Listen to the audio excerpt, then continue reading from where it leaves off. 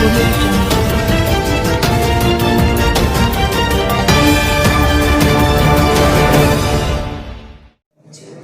আপনাদের কয়েকটা ভাগে অর্থাৎ আমার 6টা পয়েন্টের মধ্য দিয়ে আমি আপনাদের পরিসংখ্যান দিয়ে আমরা প্রমাণ করে দেব যে আমরা যা করি তা সত্য, যা বলি তা সত্য।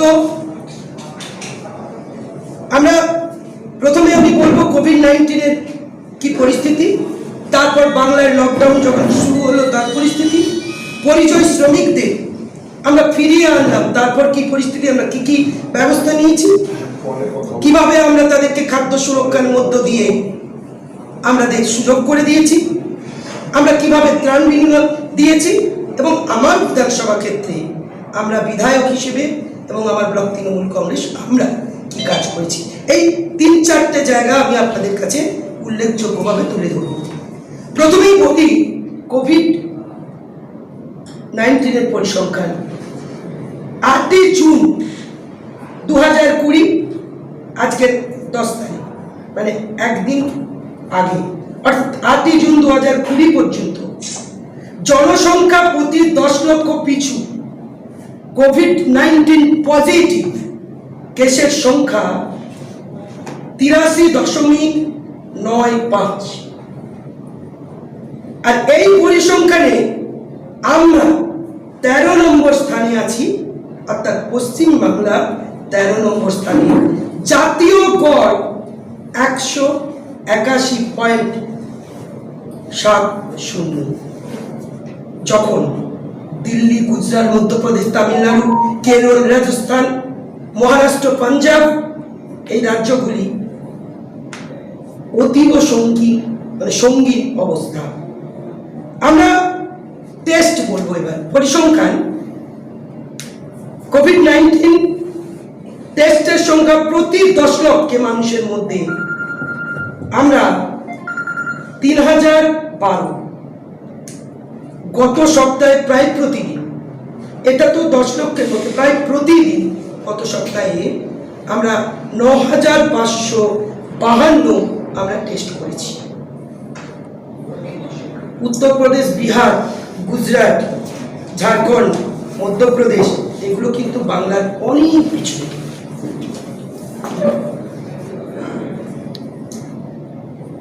আর এই সময়ে টেস্টকে নিয়ে যে রাজনীতি মোদী সরকার করেছে, ত্রুটিপূর্ণ কিট পাঠিয়ে বাংলাকে টেস্টের ক্ষেত্রে এক প্রবঞ্চনা করা হয়েছে। সেই ত্রুটিপূর্ণ কিটস আপনারা জানেন ফেরত পাঠানো হয়েছে, কিট দিতে দেরি করেছে, টেস্টিং সেন্টারগুলোর অনুমোদন দিতে দেরি করেছে। তারা পরিকল্পনা মাফিক এই কোভিড-19-কে নিয়েও তারা রাজনীতি করেছে। আমরা যদি মৃত্যুর হাত ধরি, মানে মৃত্যুর সংখ্যা ধরি, তাহলে বাংলায় জনসংখ্যা 10 লক্ষের আমরা 4.06।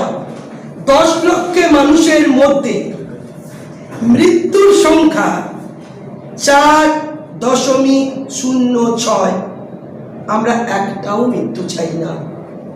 ঈশ্বর আল্লাহর কাছে প্রার্থনা করি, এটা কোভিড-19 রোগ আমাদের হাতে নেই, একটাও যদি মৃত্যু না হয় সেটা আমরা চেষ্টা করছি, আমার সরকার চেষ্টা করছে।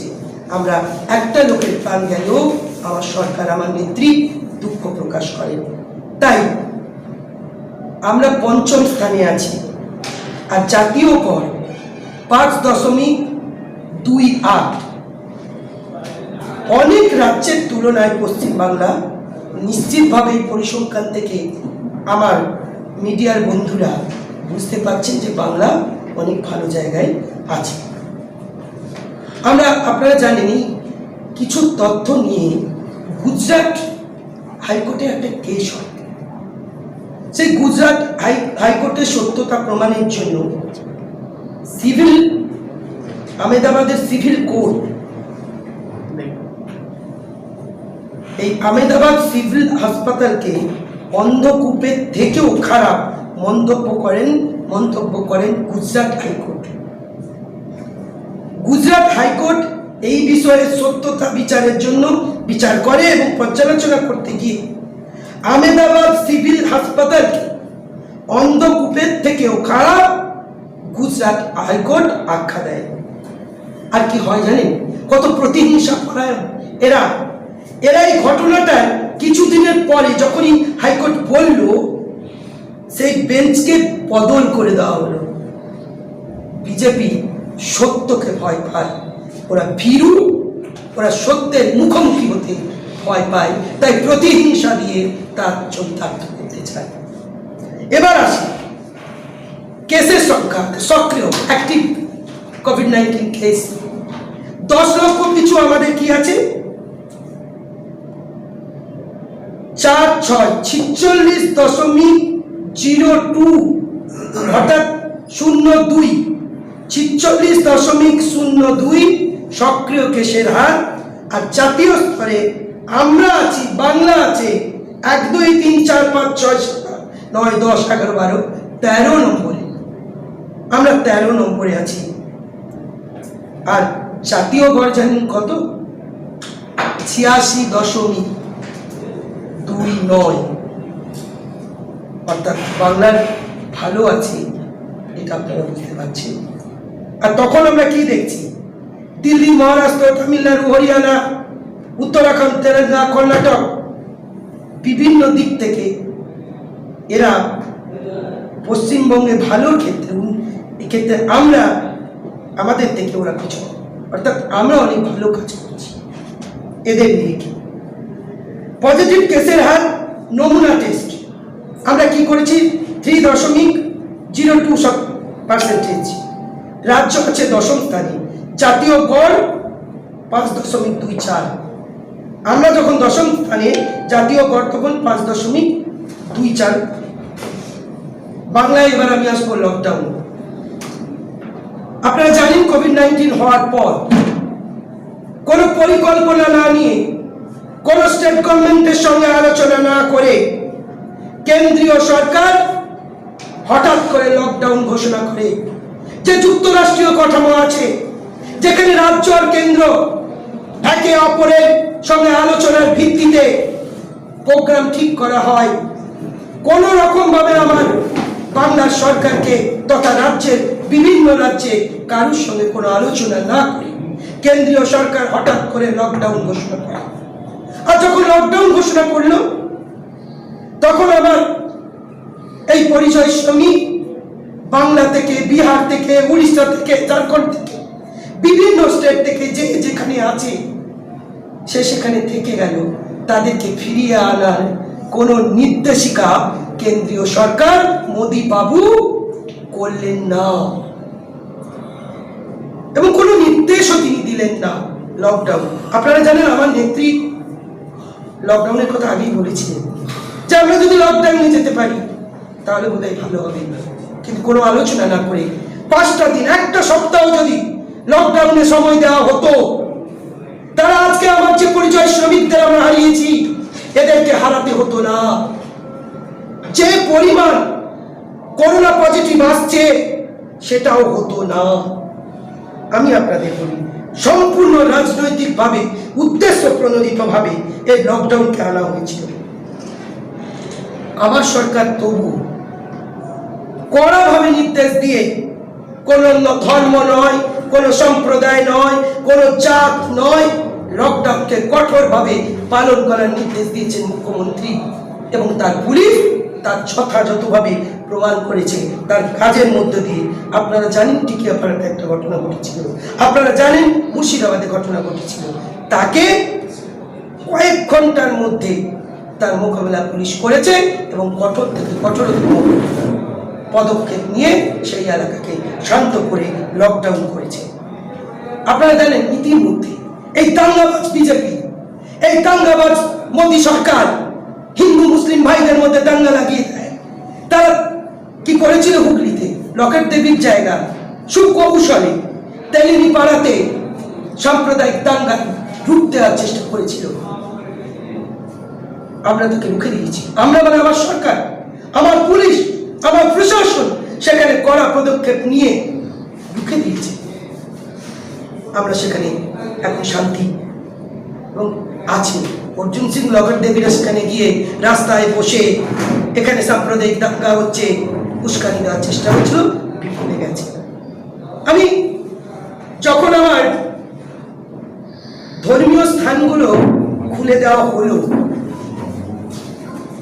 আমার নেত্রী যেদিন বললেন যে আমরা একটু ঈশ্বর আল্লাহর কাছে প্রার্থনা করি, গুরুদ্বারে আমরা গির্জায় একটু ঈশ্বরকে ডাকি, গডকে ডাকি, আল্লাহকে ডাকি, আসুন আমরা সবাই।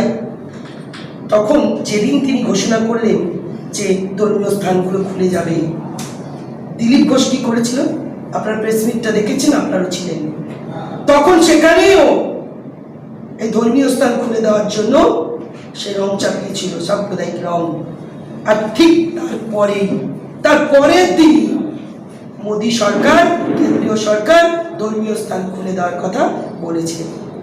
বুঝতেই পারছেন যে বাংলাকে অনুসরণ করে সময়ে সময়ে কেন্দ্রীয় সরকার তথা ভারতবর্ষ, বাংলাই পথ দেখায়। সেদিন তিনি প্রেস মিট করলেন, আর যখন কেন্দ্রীয় সরকার বলল ধর্মস্থানগুলো খুলে দেওয়া হোক, তখন কই দিলীপ ঘোষ তখন তো প্রেস মিট করে বলেননি, কিছু কথা বলেননি। আপনারা বুঝতেই পারছেন এর থেকে রাজনীতি হচ্ছে কিনা। পরিযায়ী শ্রমিকরা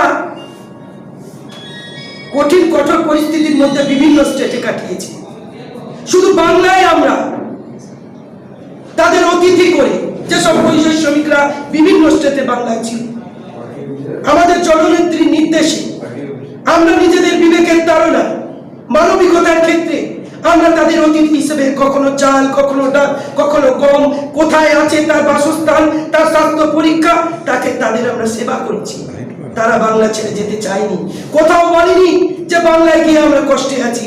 আর আমার পরিচয় শ্রমিক যারা অন্য স্টেটে ছিল, দিনের পর দিন তাদের খেতে দেওয়া হয়নি। বিজেপি গভর্নমেন্ট যেখানে আছে সেখানে আমার এই কেশপুরের বহু বাসিন্দা তারা ওখানে ছিল, আমাকে ভিডিও পাঠিয়েছে, কেঁদেছে, দিদি আমাদের খেতে দিচ্ছে না, আমাদের স্বাস্থ্য পরীক্ষা করা হয়নি, আপনারা আমাদের রক্ষা করুন। আমরা চেষ্টা করেছি। প্রথম মুখ্যমন্ত্রী বাংলার বিভিন্ন স্টেটের মুখ্যমন্ত্রীকে, 18টি স্টেটের মুখ্যমন্ত্রীকে তিনি চিঠি দিয়ে আবেদন করেছিলেন যে আমার পরিযায়ী শ্রমিকরা ওখানে আছে, আপনারা তার স্বাস্থ্য পরীক্ষার জন্য, তার খাওয়ারের জন্য, তার বাসস্থানের জন্য আপনারা দেখুন। তারপরও আমার শ্রমিকরা কষ্ট পেয়েছে, দুঃখ পেয়েছে, আসতে পারেনি। আপনারা জানেন, আমি যদি, আমার দিদি বলেছিলেন যে করোনা এক্সপ্রেস, অর্থাৎ মুখ্যমন্ত্রী, আমি আমার বন্ধুদের বলবো, মিডিয়া বন্ধুদের, নিজেরাও বিচার করবেন। করোনা পজিটিভ কেস আমার বিধানসভাতে প্রমাণ করে দেবো যে পরিকল্পনাহীনভাবে যে শ্রমিকদের পাঠানো হয়েছে, করোনা বৃদ্ধি হয়েছে বাংলায় তার জন্য বেশি। আপনারাও ফিল করছেন, আমিও ফিল করছি। আমি একটা পরিসংখ্যান আমার কেশপুর বিধানসভায় দিই, তাহলে আপনি জানতে পারবেন। প্রথম বাংলায় ধরা পড়ে 17ই মার্চ 2020 প্রথম কোভিড-19 পজিটিভ ওয়েস্ট বেঙ্গলে। আর আমার কেশপুরে ধরা পড়ে 21/5, অর্থাৎ মে মাসে 21 তারিখে ধরা পড়ে। কখন? তার আগে কেশপুরে একটা পজিটিভ কেস ছিল না। শুধু আমি কেশপুর দিয়ে প্রমাণ করতে চাই যে গোটা বাংলায় যে পজিটিভ কেস দেখছেন সেটা কেন্দ্রীয় সরকারের প্ল্যানিং মাফিক বাংলাকে আরো বেশি সংখ্যায় বৃদ্ধি করার জন্য করোনার সেটা চেষ্টা করা হয়েছে। তার প্রমাণ যখন পরিযায়ী শ্রমিক এলো, আমার 32 জন পজিটিভ হচ্ছে, আজকের দিন পর্যন্ত ছিল। সেই 32 জন কারা? প্রত্যেকেই আমার প্রিয় পরিযায়ী শ্রমিক, আমার প্রিয় পরিচয় বন্ধুরা, যারা বাইরে থেকে এসছে, যারা বাসে করে, ট্রেনে ঘোষণা করলো না, বলে অন্তরাজ্য গাড়ি চলবে, ট্রেন দিল না, পরে তারা করোনা, পরে তারা শ্রমিক স্পেশাল ট্রেন দিয়েছে। সেই ট্রেনে তাদের স্বাস্থ্যবিধি মেনটেন করা হয়। একসঙ্গে 12 জন 14 জন একটা কামরায়, একটা লাইনে বসেছে, কামরায় দাঁড়িয়ে কোনোভাবে তাদেরকে পাঠিয়ে দেওয়া হয়েছে। আমার 32 জন হচ্ছে পজিটিভ কেস, হচ্ছে প্রত্যেকে পরিযায়ী শ্রমিক। তাদের মধ্যে ঈশ্বর আল্লাহর কৃপায়, আপনাদের আশীর্বাদে আমাদের এখানে মৃত্যু হয়নি, মৃত্যু যেন না হয়। সেকেন্ড পার্ট হচ্ছে তারা প্রত্যেকে ভালো হয়ে গেছে। আজকে বোধহয় আরও 2-4 জন আছে, আমার কাছে ছিল 3 দিন আগে 9 জন হসপিটালে, আজকে বোধহয় তারা ছাড়া পাবে।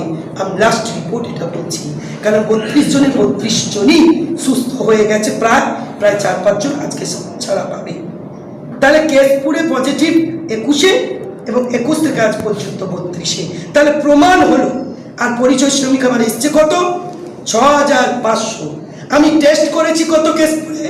1260। 6500 শ্রমিক ফিরে এসছে বাংলায়, আর আমি টেস্ট করেছি 1260, আর তার মধ্যে ধরা পড়েছে 32 জনই ভালো হয়ে গেছে। সবাই প্রায় 1-2 জন ছাড়া আজকে ছাড়া পাবে। আর কোয়ারেন্টাইন সেন্টার হয়েছে কেশপুর পিএসএ 209 আর আনন্দপুর পিএসএ পুলিশ স্টেশনে যে 6টি অঞ্চল, সেখানে 83টা। আমরা সুন্দরভাবে কোয়ারেন্টাইন সেন্টার আমরা চালিয়েছি, চলছে, ভালো আছে। আশা করি এটার থেকে বুঝতে পারবেন যে আমাদের কেসটা বৃদ্ধি হয়েছে, কেশপুরে ধরা পড়েছে, এবং কেশপুর সহ বিভিন্ন বাংলার বিভিন্ন ব্লকে এই পরিচয় শ্রমকে এইভাবে পাঠানোর জন্য। আমি এর পরের পয়েন্টে আছি। এই যে আপনারা দেখছেন যে ভার্চুয়াল র্যালি মোদী সরকার করছে, অমিত শাহ করলেন, যখন মানুষ ত্রাণ, খিদে, বাসস্থান, আমফান, কোভিড-19 এর মোকাবিলা করছে, জীবন জীবিকা, নিজের অস্তিত্ব বাঁচিয়ে রাখার লড়াই করছে, যখন আমাদের প্রয়োজন প্রায় 1,00,00,000 টাকা, তখন 1000 কোটি টাকা দেবে বলে মোদী সরকার ঘোষণা করে চলে যায়। আমাদের প্রাপ্য টাকা দেয় না, 53,000 কোটি টাকা রেখে দেয়, সেই ঋণ শোধ তার কেন্দ্রীয় সরকার দেয় না। আমরা তার কাছে প্রাপ্য, আমাদের প্রাপ্য, আমার সরকারের প্রাপ্য 53,000 কোটি টাকা। আর এই পরিস্থিতিতে প্রায় 1,00,000 কোটি টাকা আমাদের প্রয়োজন নষ্ট হয়েছে ফসল এবং এই আমফান। আর তখন কেন্দ্রীয় সরকার দিচ্ছে কত? 1000 কোটি টাকা। তখন কেন্দ্রীয় সরকার দিচ্ছে 1000 কোটি টাকা। আপনারা বুঝতেই পারছেন এদের কথা এবং কাজ, এদের কারোর মধ্যে কোনো মিল নেই। আমি এবার আমাদের সরকার কি কি কাজ করেছে আমি তা আপনাদের কাছে বলবো। ভার্চুয়াল র্যালিতে খরচ হয়েছে আপনারাই জানেন প্রায় 10 কোটি টাকা।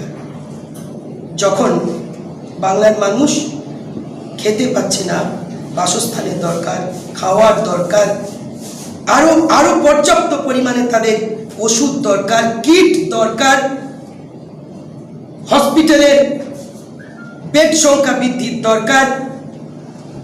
আমার মুখ্যমন্ত্রী ঋণ মাথায় নিয়েও তিনি যেভাবে কাজ করছেন, তারপরও যেটা প্রয়োজন সেটা না দিয়ে তিনি ভার্চুয়াল র্যালির মধ্য দিয়ে শুধু মিথ্যে কথাগুলো বলে গেছেন, আর বাংলার মুখ্যমন্ত্রীকে কলুষিত করার চেষ্টা করছেন। এই জঘন্য যে র্যালি, তাকে আমি ধিক্কার জানাই, এবং অমিত শাহর এই চেষ্টা বাংলার মানুষ রুখে দেবে। রাজনীতি করার সময় নয়, আমরা রাজনীতি করতে চাইছি না। আমরা প্রথমে 29শে মে 40 দিন পরে যখন অন্তরাজ্য বাস চলার পারমিশন দিল, আমাদের 1 মে কেন্দ্রীয় পরিচয়, অবশেষে কেন্দ্র পরিচয় শ্রমিকদের ট্রেনের মাধ্যমে ফিরিয়ে আনার ব্যবস্থা আমরা করলাম। 3রা মে কেন্দ্র জানায়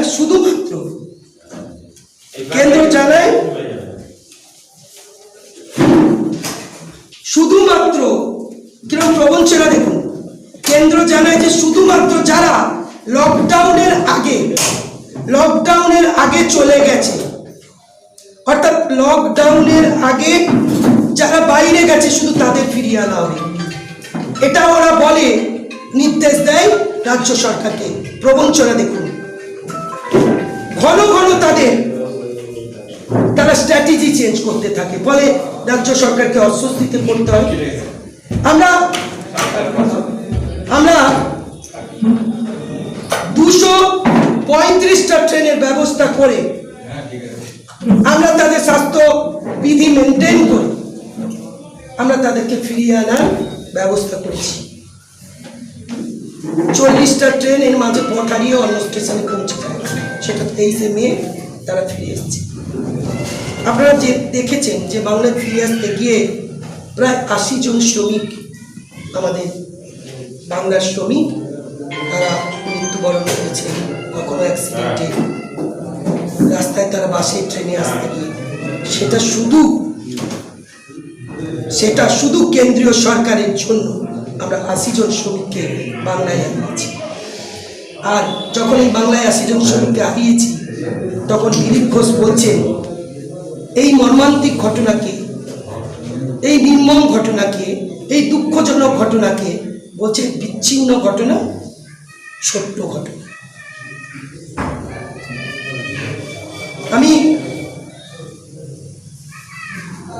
বলবো আমাদের খাদ্য সুরক্ষা বিধির মধ্য দিয়ে আমরা তাদেরকে সুরক্ষা খাদ্যের ব্যবস্থা করেছি। প্রত্যেকটা মানুষের ডিজিটাল রেশন কার্ড যাদের নেই 60 লক্ষ আমরা কুপন দিয়েছি।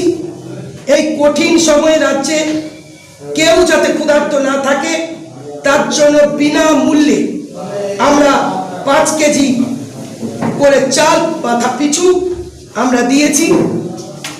পরিমাণ মতো রেশন আমরা 762 জন যাতে পায়, পরিমাণ মতো রেশন। কোথাও কোথাও অভিযোগ এসছে যাতে পাইনি, আমরা 762 জন ডিলারকে আমরা পদক্ষেপ নিয়েছি তাদের বিরুদ্ধে। 79 জনকে আমরা সাসপেন্ড করেছি ডিলারকে, এবং 45 জনকে আমরা অ্যারেস্ট করেছি। আমি আমার মিডিয়া বন্ধুদের বলবো, 34 বছরের যে সরকারটা ছিল, রেশন কেলেঙ্কারি হয়েছিল আপনারা জানেন, আগুন জ্বলেছিল সোনামুখী বাঁকুড়া। আমি ছিলাম, রাজনীতির ক্ষেত্রে বিভিন্ন জায়গায় যেতে হয়, বিভিন্ন জায়গায় রেশন দুর্নীতি নিয়ে আগুন জ্বলছিল। কখনো দেখেছেন যে রেশন ডিলারকে সাসপেন্ড করেছে, অ্যারেস্ট করেছে আমার সরকার? যেখানে অভিযোগ পেয়েছে 762 জনের এগেনস্টে পদক্ষেপ নিয়েছে আমার সরকার। 79 জনকে শোকজ করেছে, সাসপেন্ড করেছে, এবং 45 জনকে অ্যারেস্ট করেছে। কেশপুরেও আপনারা শুনলে, আমি আগে জানিয়েছিলাম, কেশপুরেও আমরা সরিষা কলার এক ডিলারকে, যার নাম সেলিম, তাকে আমরা সাসপেন্ড করেছি। এই কেশপুরের ক্ষেত্রে যখন যেমন অভিযোগ এসছে খতিয়ে দেখে প্রশাসন স্টেপ নিয়েছে। 2020 পর্যন্ত 93.5 আমরা বেনিফিশিয়ারি 7.97 লক্ষ এমটি রেশন পেয়েছি। এপ্রিল 2020 তুলনায় 10.7 বেশি। আমি বোঝাতে পারলাম কিনা জানি না। 2020 পর্যন্ত 93.5 বেনিফিশিয়ারি, 7.97 লক্ষ, আর রেশন পেয়েছে যা এপ্রিলে 2020 তুলনায় বেশি 10.7। দুঃখজনকভাবে রানাঘাটের রাইস মিল থেকে আপৎকালীন যে অবস্থা, খাদ্য জোগাড়ের ঘটনাটি বিজেপি রেশন হোর্ডিংয়ের তকমা দিয়ে যে ভুয়ো খবর ছড়িয়েছিল, পশ্চিমবঙ্গ পুলিশ সঠিক সময়ে সঠিক পদক্ষেপ নিয়ে প্রমাণ করে দিয়েছে এটা ভুয়ো খবর, এবং তাদের পর্দাফাশ করে দিয়েছে। 30 এপ্রিল জলপাইগুড়ি বানরহাটের বিজেপি পার্টি অফিস থেকে প্রচুর পরিমাণে আপনারা জানেন ধরা পড়েছে, রেশন সামগ্রী উদ্ধার করা হয়েছে। বিজেপির পার্টি তারা আবার বড় বড় কথা বলে। বলেন আরেকটু বাকি আছে, বলেনি আমভাবে আমরা 1 লক্ষ কোটি টাকা, যেখানে যেখানে কোটির পরিমাণ, আমি একটু আগে যেটা বলছি আমাদের দরকার 1 লক্ষ কোটি, সেখানে 1000 দিয়েছে। আমার সরকার খরচ করেছে, শুনে নিন, 6.25 অর্থাৎ 6250 কোটি টাকা। আমরা আমার রাজ্যের বকেয়া আমি আপনাদের আগে বললাম 53,000 টাকা, 53,000 কোটি টাকা। আমরা 9 দিনে 9টি জেলায়, 9 দিনে 9টি জেলা, আমরা 5 লক্ষ পরিবারকে আমরা 20,000 টাকা করে পৌঁছে দিয়েছি। এমজি এনার্জির কাজের মধ্য দিয়ে আমরা 28,000 টাকা পাইয়ে দেবো, অর্থাৎ কাজের মধ্য দিয়ে তাদেরকে 100 দিনের কাজের মধ্য দিয়ে, এনার্জির কাজের মধ্যে দিয়ে তার 28,000 টাকা পাবে।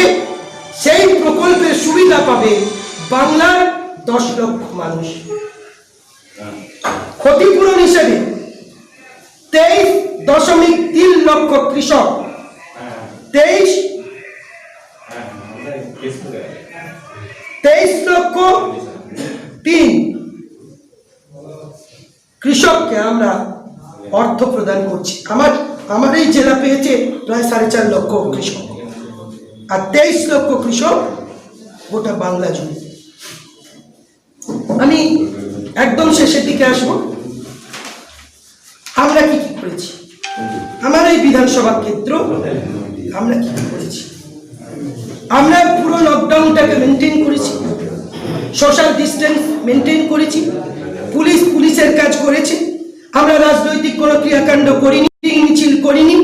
আমরা এককভাবে মানুষের কাছে পৌঁছেছি এবং আমি স্বাস্থ্যবিধি মেনটেন করি।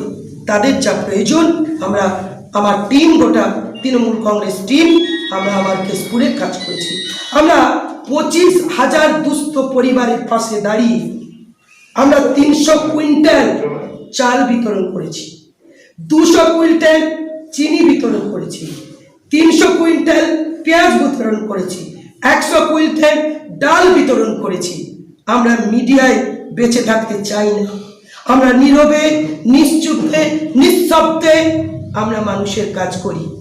আমরা ওই দিলীপ ঘোষ, লকেট দেবী আর দেবশ্রী দেবীর মতন, যিনি নর্থ বেঙ্গলের মাস্ক পরিয়ে দিচ্ছেন, তিনি নিজে কোয়ারেন্টাইনে থাকার কথা, স্বাস্থ্যবিধি মেনটেন করেননি, তিনি মানুষকে মাস্ক পরাচ্ছেন।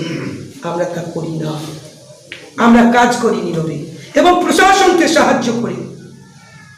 আমরা আমাদের কিছু যারা আমরা জোগাড় করেছিলাম নিজেদের খরচ থেকে, আমরা প্রশাসনের হাতে, বিডিওকে, পুলিশকে আমরা তুলে দিয়েছি, তা মানুষের কাছে তাদের মধ্য দিয়েও পৌঁছে দেওয়ার জন্য। আমরা পর্যাপ্ত মাস্ক এবং স্যানিটাইজার আমার সরকার যেরকম করেছে জেলা পরিষদ মেম্বারদের মধ্য দিয়ে এলাকায় পৌঁছে দিতে। আমরা জনপ্রতিনিধিরা, আমাদের তৃণমূলের সৈনিকরা, আমরা কেশপুর তৃণমূল কংগ্রেস, ব্লক তৃণমূল কংগ্রেস, আমরা তাদের কাছে মাস্ক পৌঁছে দিয়েছি, স্যানিটাইজার পৌঁছে দিয়েছি, সাবান পৌঁছে দিয়েছি, আমফামের পলিথিন পৌঁছে দিয়েছি, ঘরের লিস্ট বানিয়েছি, আমরা রিলিফ সেন্টার করেছি, আমরা হেল্পলাইন করেছি দুর্যোগে। আমরা 32টা জায়গায় আমরা হেল্পলাইনে তৈরি করে তাদের পাশে থেকেছি, সারা রাত্রি জেগে আমরা কাজ করেছি। আমরা শুনিছি যে 1 লক্ষ মানুষ 100 দিনের কাজের মধ্য দিয়ে এই তাদের মুখে আমরা ভাত তুলে দিতে পারবো, আমি আশাবাদী। আমি শুধু আপনাদের বলবো, একজন কেশপুরের বিধায়ক হিসেবে, জনপ্রতিনিধি হিসেবে, একজন সৈনিক হিসেবে এই সরকারের এবং তৃণমূল কংগ্রেসের একজন অনুগত সৈনিক হিসেবে আপনাদের কাছে আমার আবেদন থাকবে, কেশপুরে যে মিথ্যাচারের ঘটনা ঘটাচ্ছে কিছু কিছু পয়েন্টে, 1, 2, 3 পয়েন্টে আপনারা সেগুলোতে নিজেরা যান, আপনারা ইনকোয়ারি করুন, আপনারা তাদের তথ্য নিন, সত্যতা তুলে ধরুন। কেশপুর খুব ভালো আছে। কেশপুরে ত্রাণ নিয়ে কোনো ঝামেলা নেই, রেশন নিয়ে কোনো ঝামেলা নেই, হসপিটাল নিয়ে ঝামেলা নেই, কোয়ারেন্টাইন সেন্টার নিয়ে ঝামেলা নেই। কেশপুরের মানুষ মমতা ব্যানার্জির প্রতি আস্থা, মামাটি মানুষের সরকারের প্রতি আস্থা, আমাদের প্রতি আস্থা রেখে চলেছে। আমরা তাদের পাশে আছি। আপনাদের কাছে আবেদন যে যারাই মিথ্যাচার করছে, আপনারা সেইগুলোতে মিডিয়া শুধু মিথ্যে খবর কিছু কিছু জায়গায় তুলে ধরবেন না, আপনারা নিজেরা সেগুলো দেখুন। এবার যদি একদিকে করোনা তার একদিকে হচ্ছে আমফান, এই দুটোতে যথেষ্ট রাজ্যের একটা অবস্থা খুব খারাপ। সাংগঠনিকভাবে যেভাবে আপনাদের গতিতে এগোচ্ছিলেন, আপনাদের বাংলার গর্ব মমতা থেকে আরম্ভ করে তার আগের কর্মসূচিগুলো অনেকটা কিন্তু থমকে গেছে। সংগঠনে, শাসক দলের সংগঠনে কোথাও কি অনেকটা পিছিয়ে গেল না? তৃণমূল কংগ্রেস দলটা না বহু কষ্টে, বহু রক্তে, বহু পরিশ্রমে, বহু ঘাম ঝরানোর মধ্য দিয়ে, বহু আত্মত্যাগের মধ্য দিয়ে কেশপুর তৃণমূল কংগ্রেসটা তৈরি হয়েছে। মমতা ব্যানার্জি যখন এক হয়ে গেছিলেন, তখন আপনাদের মিডিয়া বন্ধুরা আপনারা বলেছিলেন আর বোধহয় তৃণমূলকে বাঁচানো গেল না। আপনারা দেখেছেন সেই এক থেকে তিনি ফিরে এসেছেন। আজকের বাংলায় তিনি মামাটি মানুষের সরকার গঠন করেছেন। তার এই মুহূর্তে 2016-তে আমরা 211, এখন তার উন্নয়নের কাজে আস্থা রেখে বহু মানুষ, বহু বিধায়ক জয়েন করে প্রায় আমরা 250-এর কাছে বিধায়কের সংখ্যা হতে চলেছে। আজকের এই কোভিড-19 এবং এই আমফান, যেভাবে মমতার সরকার, যেভাবে তো মমতা ব্যানার্জির সৈনিকরা, জনপ্রতিনিধিরা রাস্তায় নেমে সোশ্যাল ডিস্টেন্স মেনটেন করে স্বাস্থ্যবিধি মেনে যেভাবে তাদের পাশে দাঁড়িয়ে কাজ করছে, আমরা সাংগঠনিকভাবে পিছিয়ে যাইনি। আমরা সাংগঠনিকভাবে এবং কাজের মধ্য দিয়ে আমরা মানুষের মনে অনেক অনেক বেশি করে জায়গা করে নিয়েছি। বিরোধী রাজনৈতিক দল আপনাদের এই ত্রাণবিধি নিয়ে কোথাও কোথাও মানুষের ক্ষোভ রয়েছে, আমফান ঝড়ে ক্ষতিগ্রস্ত এলাকার মানুষের ক্ষোভ রয়েছে একটা শাসক দলের বা সরকারের বিরুদ্ধে। সেই অ্যান্টি এস্টাবলিশমেন্ট জায়গাটা, সেখানটা থেকে অনেকটা অ্যাডভান্টেজ পাচ্ছে না বিরোধী রাজনৈতিক দল, বিজেপি থেকে অন্যান্য রাজনৈতিক দল? আমি একজন বিধায়ক, আমি কেশপুরের বাসিন্দা নই, আমি কলকাতায় থাকি। আমি মনে হয় বাংলার মানুষ এটা বুঝবেন। আমি বলি আপনাদের, সিএসসিটা কি, অর্থাৎ সেটা নিশ্চয়ই সরকারের সংস্থা নয়, ওয়েস্ট বেঙ্গল ইলেকট্রিসিটি নয়। আমার বাড়ি যেখানে, আমার কারেন্ট আসতে দেরি হয়েছে 5 দিন। আমি একজন বিধায়ক, 10 বার ফোন করেছি, তাও করতে পারেননি। আমি অগ্রাধিকার নিতে চাইনি, তবুও বলেছি আমার এলাকার মানুষ, যেখানে আমি বাস করি সিএসসি এলাকায়, 5 দিন পর কারেন্ট এসছে। কেন জানেন? সিএসসি যে পরিমাণে এই বিধ্বংসী লীলা আমফান ঝড় ঘটিয়ে গেছে, সেখানে মানুষ কিছুটা সময়, আমারও কষ্ট হয়েছে, আমিও ফোন করেছি, আমিও বিরক্ত প্রকাশ করছি, এলো না কিছু সময়ের জন্য। তৎকালীন আসেনি কারেন্ট, কেন পেলাম না? কিন্তু যখন রাস্তায় বেরিয়েছি, যখন দেখেছি হাজার হাজার গাছ পড়ে আছে, হাজার হাজার বাড়ি ভেঙে গেছে, এই ধ্বংসলীলা তো মমতা সরকার করেনি, এটা তো প্রাকৃতিক বিপর্যয়। মানুষ সেটা বুঝেছে এবং মানুষ তৎক্ষণাৎ একটা রিয়াকশন দিয়েছে। আজকে যদি রিয়াকশন নেন, তাহলে দেখবেন বলবে যে দিদির মতো এই ধরনের জননেত্রী, এই ধরনের মুখ্যমন্ত্রী বিগত দিনে হয়নি, এবং তিনি রেকর্ড করবেন কাজের মধ্যে দিয়ে। আমরা পুরস্কৃত হচ্ছি নিশ্চিতভাবে। আপনি যেটা বলেছেন সুকমল ভাই, যে হ্যাঁ কোথাও কোথাও একটুখানি বিক্ষোভ হয়েছে, হ্যাঁ হয়েছে, কিন্তু সেটা তাৎক্ষণিক।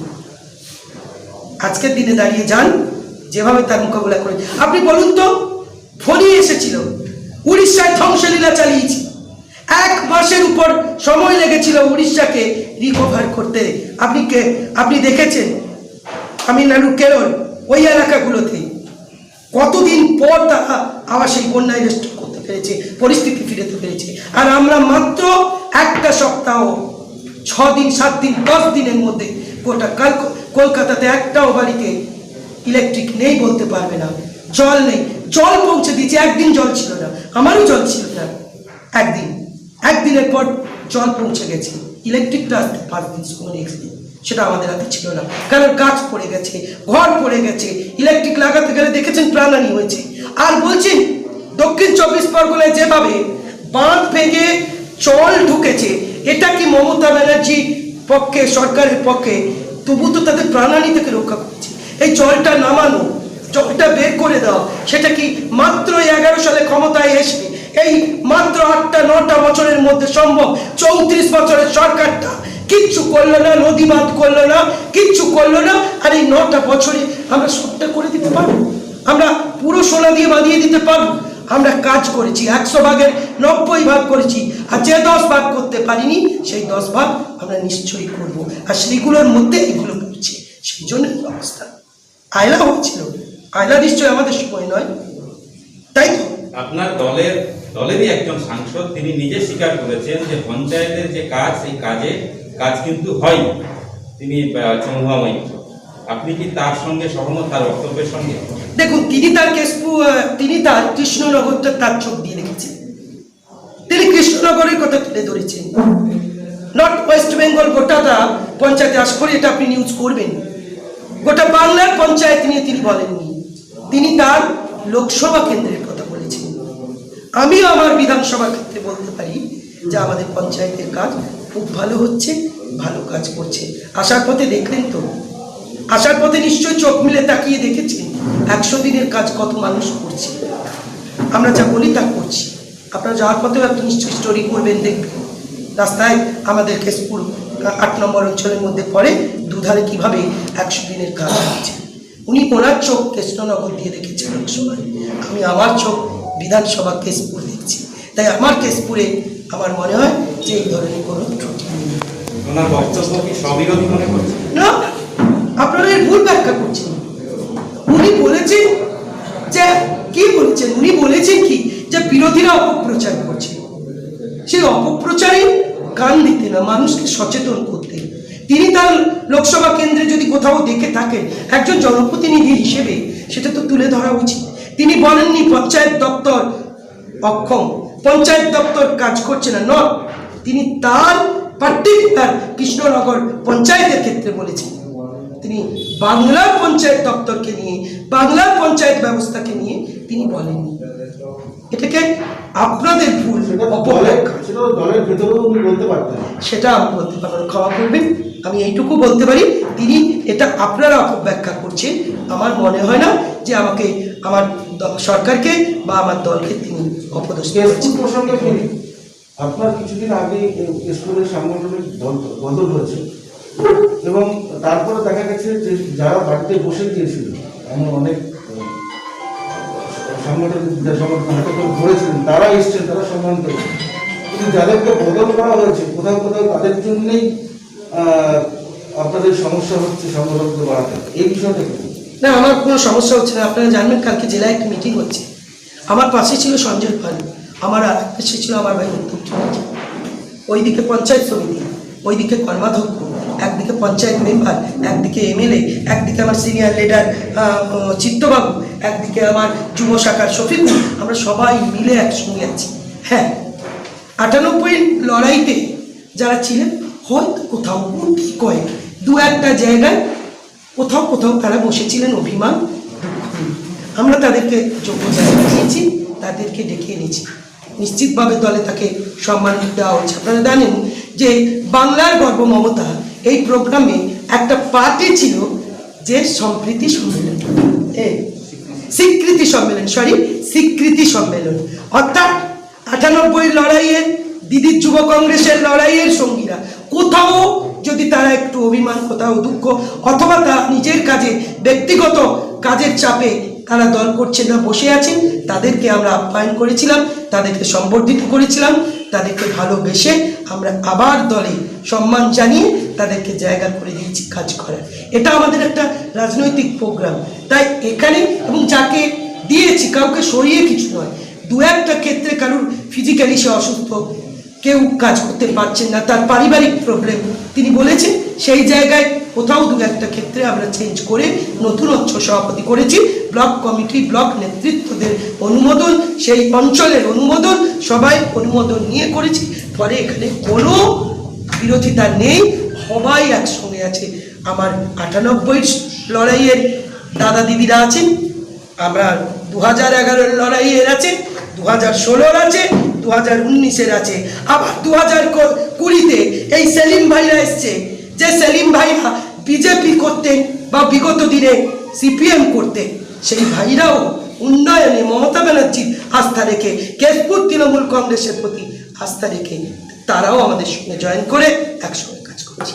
আমাদের কোনো ডিভিশন নেই এই মুহূর্তে। ঠিক আছে, থ্যাংক ইউ দিদি।